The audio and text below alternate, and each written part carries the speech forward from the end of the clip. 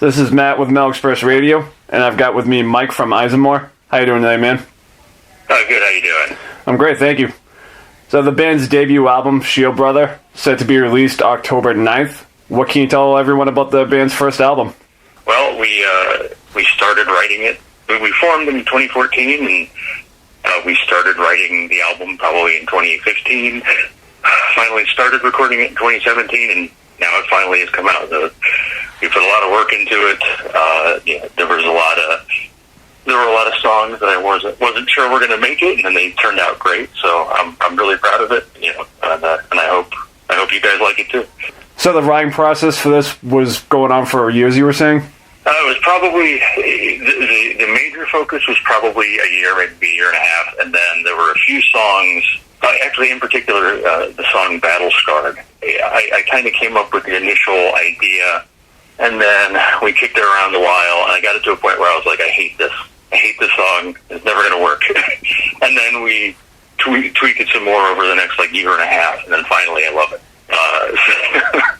That's kind of very representative of a lot of the writing process. There's some songs just fell together. I think there were a few that were a battle, but they came to in the end, and I'm super happy with them. And how did the formation of the band come about? It was actually, it's almost funny. Tim, the guitarist, said to me one day, "Do you want to form a folk metal band?" I said, "Okay." So we started looking for people. He picked up guitar, I picked up bass. We're both in another band together, Recently Vacated Graves, which is just a zombie-themed death metal band. So this was kind of a pretty big departure from our regular stuff. After that, we started looking for drummers and violinists. So we found Nick pretty early on, who's one of our main songwriters now, and our main lyricist. And we also found another young guy, Miles, who's no longer in the band. Parted ways amicably. But we liked them both, so we kept both violinists, and then we started writing music with both violins in mind. And that kind of really, I think that was kind of what started us sounding the way we do. I really like having two violins to write with, personally. I think it gives us kind of a fairly unique, edge in the folk metal genre. What are some of your favorite songs off of Sheildbrother? Battle Scarred, like I said, at one point I hated it, now I love it. But I'm pretty pleased with how it turned out. Mount Baden is another one. That was one that I started, and it was very doomy. And I wasn't sure if it was going to work out, but then we paired it with a nice vocal line that I thought really ended up taking the song from, decent to great. Drink to Glory is a fun song, and when we play it live, people generally like it. Every folk metal band hates a drinking song. I'm particularly proud of Sheildbrother. It's 17 minutes long. It's the longest thing we've ever written. Or it's certainly the longest thing that I've ever been involved with writing. Overall, it's hard to pick, just a one superlative song. I really like everything on the album, but those are probably the four that I'm personally most proud of.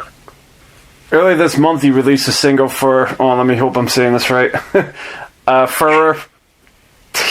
Oh, man. Führer. No worries. All right, Führer. Teutonicus. Say that again? Führer Teutonicus. All right. What kind of feedback have you since received? Overall, we've heard pretty good things. Other than, showing it to coworkers who seem to not be able to believe that I'm in a heavy metal band. But so feedback across the board has been pretty positive. We were on some podcast. It was like a J-pop podcast where they put us in the middle of a bunch of J-pop songs, I guess as a palate cleanser, which I found to be very amusing. But yeah, people seem to be liking it so far. We've had a few reviews. One was pretty positive on us. The other one was mostly positive on us, and I'll take that. How have you and the band been keeping busy during the pandemic? It's been tough overall. I mean, honestly, most of us are probably pretty involved with life, just regular life situations as opposed to anything glamorous. The three of us are parents, so the guitarist Tim, he has two young children, and so do I. And then our other guitarist Pete, He has a few kids, but they're older. But, you know, being a parent in the middle of this pandemic is definitely difficult. So there's been just a lot of focus on family things. But at the same time, Mark and a few other guys in the band have been, and Mark is one of our violinists, has been really driving forward the social media push and the Kickstarter, and actually like driving the album forward, which has been a huge help, especially as the rest of us are overwhelmed by general life things in the pandemic. One of our Kickstarter goals was to record some acoustic tracks, so we did manage to find some time to do that. I ended up staying up extremely late for like a week trying to track my parts, which was unpleasant. We got it done. So throughout this whole thing, I mean, you're putting on a major album, writing and recording, and you're all raising families and working your jobs as well? Yeah, basically. Wow. Yeah, God bless you. Yeah, I mean, we're all, most of the band is like tech adjacent in some way. Yep. So like I'm a software engineer, and there's a few other software engineers in the band. So we're all just huge nerds. But, you know, just due to the nature of the jobs, they've kind of kept rolling, which has been great. And also, but you know, when the family stuff comes into play, it gets hard. You know, I have twin 2-year-olds, so trying to work and then help out with this Kickstarter release, and you know, manage 2 tiny babies.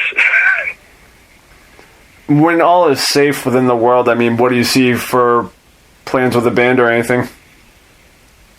Well, I mean, I would love to tour more heavily. I mean, I'm really proud of our output in general. Like, you know, so believe it or not, I listen to a lot of the music I listen to is progressive metal. There's a few folk metal bands that I listen to, but it's not like a genre that I typically listen to. But I really like our stuff, which I feel really good about. I would like to show the world more of us. We've been sitting on the Sheildbrother material for so long that for a long time we were writing. So we had just like tons of tracks, kind of in various stages of completion. We kind of took a break after Sheildbrother was, you know, I won't say in limbo, but was basically in this state of slow progression forward. So while Sheildbrother was in the state, we kind of eased off of writing because is it Hammerfall that had like 4 albums written, I think? Or Jesper Stromblad had writing credits on the first like 4 albums or something. I wanted to kind of pause writing for a bit and not just have this huge backlog of tracks. So it's appealing in one way. I kind of prefer to keep the writing a little bit more recent, or I guess closer to the album release, so that it's kind of more reflective of where my mind's at the time. It's speaking for myself, but basically just touring more, trying to get our music out there, and continuing to write. That's where I really want to be. From being a fairly new band, what is on your bucket list as far as bands you want to tour with goes? Oh boy, that's the bands that we would love to tour with. I mean, we'd love to tour. We've met so many cool bands over the years as we played. You know, we did one small tour a few years ago. You know, bucket list bands. You'd love to tour with like a Winter Sun or an Ensiferum or like a Tear. If I could tour with Tear, that would make my day. Those, at least for me, those would be my top picks, I think. Yeah, from what I've heard from you guys, I think you guys would definitely fit nicely on a lineup touring with, like, you know, Tear or, you know, Winter Sun or all those bands that you mentioned, honestly. Yeah, definitely. Yeah, I feel like I agree. You know, the music style seems to pair up pretty well. You know, I think, obviously Tear has a very unique take that's hard to replicate, but I do think we at least would fit thematically with them. You never know. One day. Absolutely. Just open for Tear. I think I'd be good. With the year almost over, what have been some of your favorite releases this year? Oh, actually, so I'm about to suggest a bunch of stuff that isn't folk metal, but I think this has been a really good year for music so far. I've really been digging the new Pain of Salvation album, Panther, though lyrically weird it is, as they often are. One of my favorite Week Reincarnation that just put out Leaves of Yesteryear, so I'm super, super excited for that. The new Arion album is coming out shortly, I think on Friday, actually, the 25th.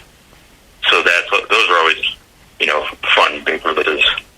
Those are kind of like, I guess, probably my top tier at the moment. And from talking to you, I've gathered that a lot of your influences don't come from folk metal. So do you feel like with a band, maybe your influences bring something different to the table in regards to creating music together? I do think so. My influences are definitely further in the prog realm, but other guys in the band, they like, there's some people who like black metal more, some people who like just a lot of the folk metal more. So we get a nice blend of influences. I tend to like not necessarily really complicated instrumentation, but complicated arrangements, which is why Isenmor is, well, not why. It's one of the reasons that Isenmor is so dense.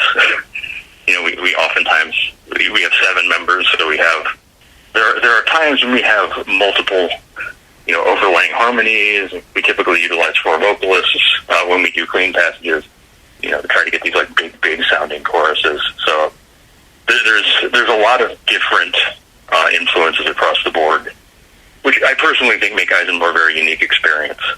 And we tend to be very democratic when it comes to writing. So if somebody feels strongly about something, we tend to, it's like, okay, well, I don't really care about this, but they feel really strongly, so let's go that way. And so far, that's, in my opinion, produced really, really positive results. So if there's nothing that we've gone over that you would like to throw in? I guess I'll just say to whoever may hear this, I appreciate you listening to this interview and checking us out. I hope you take a listen to the album, and I hope you like it. And if you don't like it, that's all right, too.